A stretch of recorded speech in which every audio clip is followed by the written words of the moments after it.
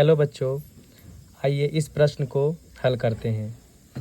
इस प्रश्न में दिया है x का पावर -2 बराबर 64, तो हमें इसका मान निकालना है। ठीक है, तो जो दिया हुआ है पहले उसको नोट कर लेते हैं। यहाँ से हमें क्या वैल्यू मिलता है देखते हैं। x का पावर -2 बराबर 64 दिया है। ठीक है, तो इसको हम क्या लिख सकते हैं, 1/x का पावर 2 बराबर, इसको हम लिख सकते हैं 8 का पावर 2 लिख सकते हैं, कोई दिक्कत नहीं।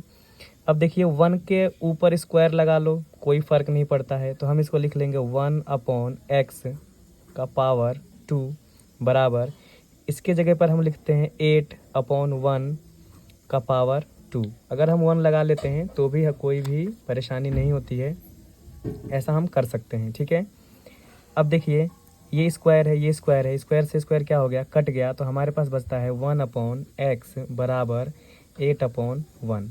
अब यहाँ पर आप क्या करिए, क्रॉस मल्टीप्लाई कर दीजिए। 1 का 1 में करेंगे तो 1 आएगा, x का 8 में करेंगे तो 8x बराबर 1 का 1 में करेंगे 1। अब देखिए 8 मल्टीप्लाई में है, इधर जाएगा तो डिवाइड में आ जाएगा, तो 1/8 ये x का वैल्यू हो गया। लेकिन हमें यहाँ नहीं रुकना है, अभी और भी आगे करना है। x बराबर 1/8 को हम क्या लिख सकते हैं, 1/2 का पावर 3। ठीक है, x बराबर, इसको अगर हम ऊपर ले जाएं तो ये हो जाएगा 2 का पावर -3, यानी x का जो मान आया है वो 2 का पावर -3 आया है। अब देखिए हमें इसका वैल्यू निकालना है, तो x का पावर 1/3 प्लस x का पावर 0 है।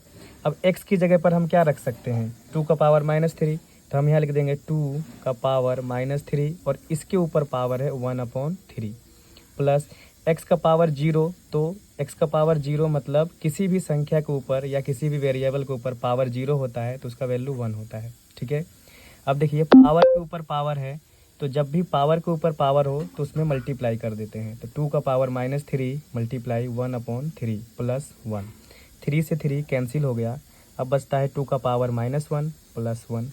अब देखिए जिसका पावर -1 होता है उसको हम कैसे लिख सकते हैं, 1/2 का पावर 1, यानी 2 का पावर अगर 1 लिखते हैं तो 2 ही रहेगा, इसलिए हम पावर नहीं लगाते हैं, प्लस 1। इसको सॉल्व करेंगे तो इसके नीचे 1 एलसीएम ले लो, 2 के टेबल में 2 1 बार में, और 2 1 जा 2 प्लस 1 के टेबल में 2 और 1 का एलसीएम 2 आया, 2 के टेबल में 2 1 बार में, 1 का 1 में करेंगे तो 1 प्लस 1 के टेबल में 2 बार में, 2 1 जा 2 और 1 ऐड कर दीजिए 3 और नीचे आ जाएगा 2। यही आपका आंसर है। Thank you.